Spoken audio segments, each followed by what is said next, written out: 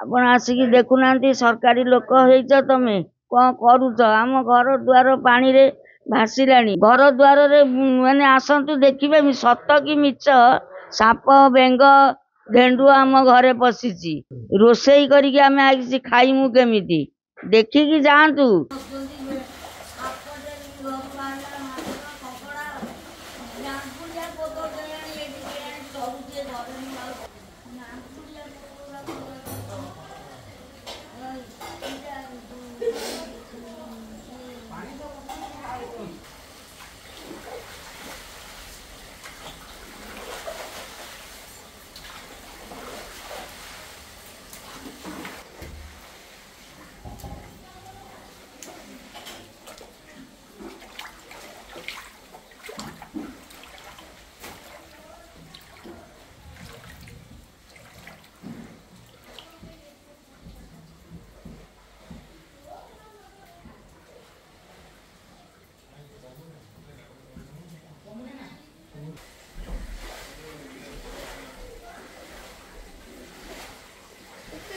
ବର୍ଷା କେମିତି ଆମେ ଛୁଆ ପିଲା ଧରିକି ରହିବୁ? କେମିତି ଖଟ ତଳେ ପାଣି, ଖାଲି ଯାହା ଖାଲି ଖଟ ଉପରେ ବସିବା କଥା, ଆଉ କିଛି ନାହିଁ।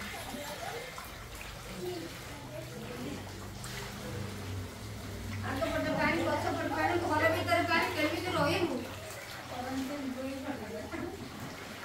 ଛୁଆ ପିଲା ଧରିକି କେମିତି ରହିବୁ? କେମିତି କାମ, କେମିତି କାରବାର?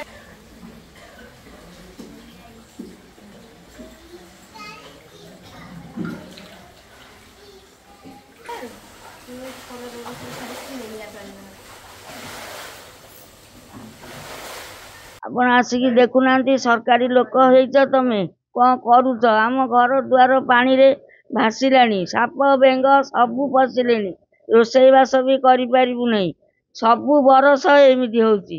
ଆସୁଛନ୍ତି ଦେଖି ଦେଉଛନ୍ତି, କିଛି କୁଆଡ଼େ କିଛି ବୁଝୁନାହାନ୍ତି କି କିଛି କରୁନାହାନ୍ତି।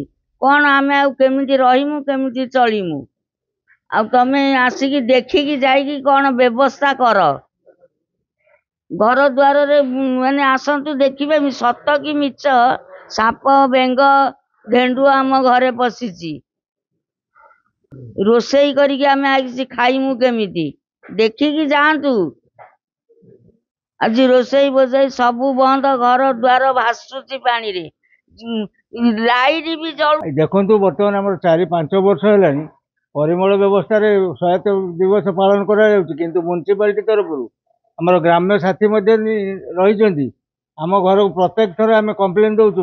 ମ୍ୟୁନିସିପାଲିଟି ଅଫିସର, ଗ୍ରାମ୍ୟ ସାଥୀ ସମସ୍ତଙ୍କୁ ଦେଲା ପରେ ମଧ୍ୟ ଆମ ଘରମାନଙ୍କୁ ଟିକେ ବେଙ୍ଗ ମୁତିଲା ମାନେ ଆଣ୍ଠିଏ ପାଣି, ଘର ଭିତରେ ପାଣି, ବାହାରେ ପାଣି, କରେଣ୍ଟ ଚାର୍ଜ ହେଇକି ରହୁଛି। ଘର ଭିତରକୁ ସରୀସୃପ ମାନେ ପଶି ଯାଉଛନ୍ତି। ଏଥିପାଇଁ କୌଣସି ପ୍ରଶାସନିକ ଅଧିକାରୀ ବର୍ତ୍ତମାନ ଯଦି ଅଛନ୍ତି ଆସିକି ସ୍ପଟ୍ ଉପରେ ଦେଖନ୍ତୁ କେମିତି କ'ଣ ପରିସ୍ଥିତିରେ ଆମେ ରହିଛୁ, କେମିତି ଚଳିବୁ। ଯଦି ମ୍ୟୁନିସିପାଲିଟିରେ ରହିକି ଆମର ଏଇଭଳିଆ ପରିସ୍ଥିତି, ତାହେଲେ ଆଉ ସେ ମ୍ୟୁନିସିପାଲିଟି ହେଇକି ଲାଭ କ'ଣ? ବେଡରୁମ୍ ଭିତରେ ମଧ୍ୟ ଆଣ୍ଠିଏ ପାଣି, ଠାକୁର ଘର, ବେଡରୁମ୍, ଷ୍ଟୋର ରୁମ୍, ଧାନ ଚାଉଳ ଘର ଜାଗା ସବୁ ଆମର ବର୍ତ୍ତମାନ ପାଣି। ବର୍ତ୍ତମାନ ପ୍ରଶାସନ ଅଧିକାରୀ ଆସି ତାକୁ ଦେଖିଲେ ଜାଣିପାରନ୍ତି ଆମର କେତେ ଶସ୍ୟ ହାନି ହେଇଛି, କେତେ କ୍ଷୟକ୍ଷତି ହେଇଛି, ତାକୁ ଆକଳନ କରିପାରନ୍ତେ ଏବଂ ୟା ପାଇଁ କିଛି ଗୋଟେ ବିହିତ ବନ୍ଦୋବସ୍ତ ନ କରାଇବା ପର୍ଯ୍ୟନ୍ତ କିଛି ସେମାନଙ୍କୁ ଶାନ୍ତି ନାହିଁ।